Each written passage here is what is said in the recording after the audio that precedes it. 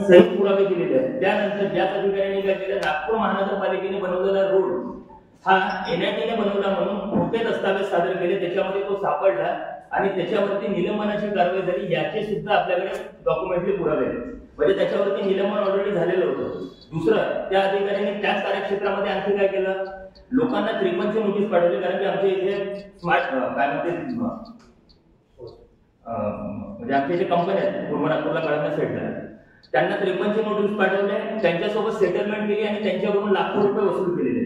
आज कोणताही अधिकारी ज्याला कोणतेही पार्श्वभूमी नाही, त्याचं घर जवळपास त्यांनी 4-5 वर्षामध्ये 5 वर्षाच्या काळामध्ये त्यांनी जवळपास 2.5 करोड रुपयाचा बंगला बांधला।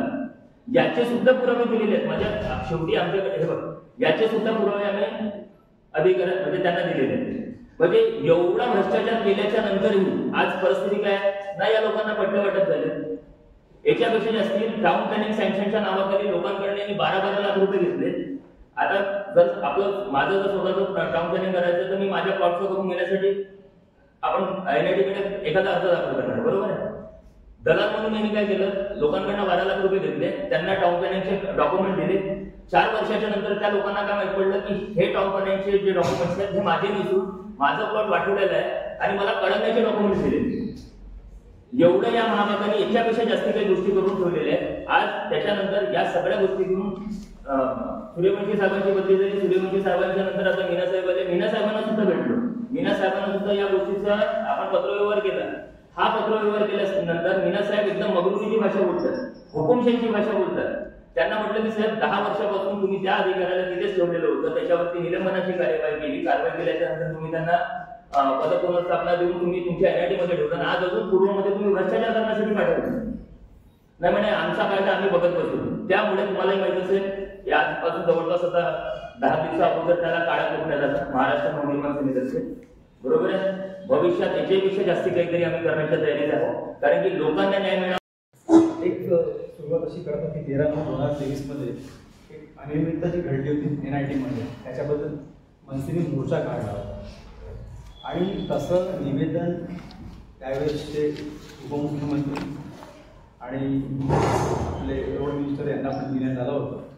पण या लोकांनी इथे फॉरवर्ड करून देखील त्या व्यक्तीबद्दल त्या व्यक्तीसाठी इतकं कॉपरेशन केलं की त्याच्यावरती काही कारवाई करायची किंवा त्याला समज द्यायची असं काहीही घडण्यात आलं नाही। इव्हन कलेक्टरला दिलं, कलेक्टर लोकांनी फॉरवर्ड केलं, त्यावेळेसचे चेअरमन होते सूर्यवंशी साहेब, तर त्यांनी कॉपरेट करायच्या ऐवजी पोलीस कंप्लेंट केली, ते बदमाशी करत आहे। आणि आमचं जे काही निवेदन आहे ते डॉक्युमेंट निश्चित आहे की ज्या लोक इफेक्टेड आहेत किंवा यांनी काय अनियमितता केली किंवा काय रोड बांधले आणि एकच रोड 2दा बांधलेले दाखवून त्यातले करोडो रुपये बिल काढलेले आहेत, म्हणजे ते आम्ही रेकॉर्डवरती दिल्यानंतरही त्या व्यक्तीविरुद्ध कारवाई करणं तर दूर राहिलं, त्याचं एकाच ठिकाणी 10 वर्ष ट्रान्सफर न करता ठेवणं, त्याच्यानंतर त्याला दाखवायसाठी कुठे दुसरीकडे केलं ट्रान्सफर, त्याच्यानंतर पुन्हा आता 15 दिवसांनी तिथे वापस ट्रान्सफर केलं। तुम्ही निवेदन दिलं, घटना काय आहे? घटना एक पूर्ण तिथलं समजून थोडक्यात सांगा नेमकं काय आहे? तुम्ही करताय कशाबद्दल तुमचा परिचय देऊन तुम्ही सांगा। माझं नाव उमेश भिडे, विभाग अध्यक्ष महाराष्ट्र नवनिर्माण सेना पूर्व नागपूर विधानसभा। महाराष्ट्र नवनिर्माण सेनेतर्फे दिनांक 13/9/2023 रोजी एनआयटीने आणि एनआयटीच्या काही भ्रष्ट अधिकाऱ्यांनी जो काही भ्रष्टाचार केला होता त्या संदर्भात आपण एक महामोर्चा काढलेला होता।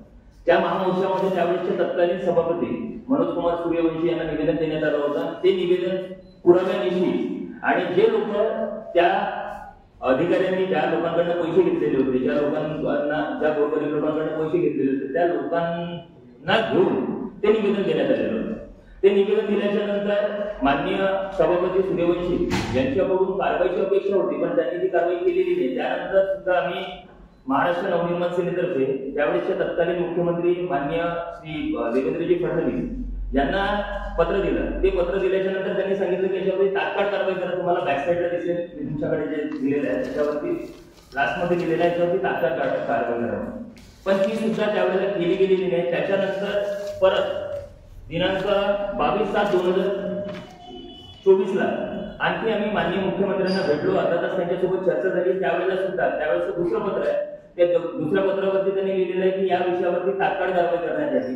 या अधिकाऱ्यांनी काय केलं, हा अधिकारी 2014ला नागपूर सुधार प्रन्यासमध्ये कामावरती रुजू झाला. अधिकाऱ्याचं नाव काय? श्री सुरेश चव्हाण. काय नाव?